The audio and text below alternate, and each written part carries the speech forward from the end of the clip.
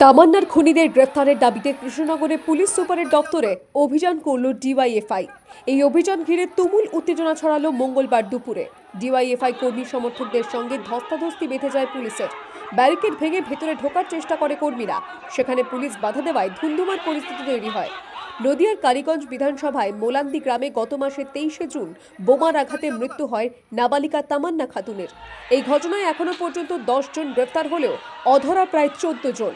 তাদের গ্রেফতারের দাবিতে পুলিশ সুপারের অফিস অভিযানের ডাক দেয় ডিওয়াইএফআই এর কর্মী সমর্থকরা। বিক্ষোভকারীদের দাবি, এফআইআর এর নাম থাকা সকল অভিযুক্তদের গ্রেফতার করতে হবে, সমস্ত বেআইনি অস্ত্র উদ্ধার করতে হবে, দুষ্কৃতিরাজ বন্ধ করতে হবে। তামান্নার খুনিদের শাস্তির দাবিতে 24 জনের নামে তামান্নার মা নিজে অভিযোগ করেছিল। এখন পর্যন্ত সমস্ত আসামিকে গ্রেপ্তার করেনি। আমরা চাই সমস্ত আসামিদেরকে গ্রেপ্তার করতে হবে অবিলম্বে এবং দুষ্কৃতীদের শাস্তি দিতে হবে। আমাদের দ্বিতীয় দাবি ছিল মোলান্দি গ্রামে সহ নদিয়া জেলায় যেখানে যা অবৈধ অস্ত্র আছে, এই অস্ত্রকে পুলিশকে উদ্ধার করতে হবে এবং শান্তি শৃঙ্খলা বজায় রাখতে হবে। বিক্ষোভকারীদের সঙ্গে পুলিশের ধাক্কাধাক্কিতে দুপক্ষের বেশ কয়েকজন জখম হন। Bureau report, the wall.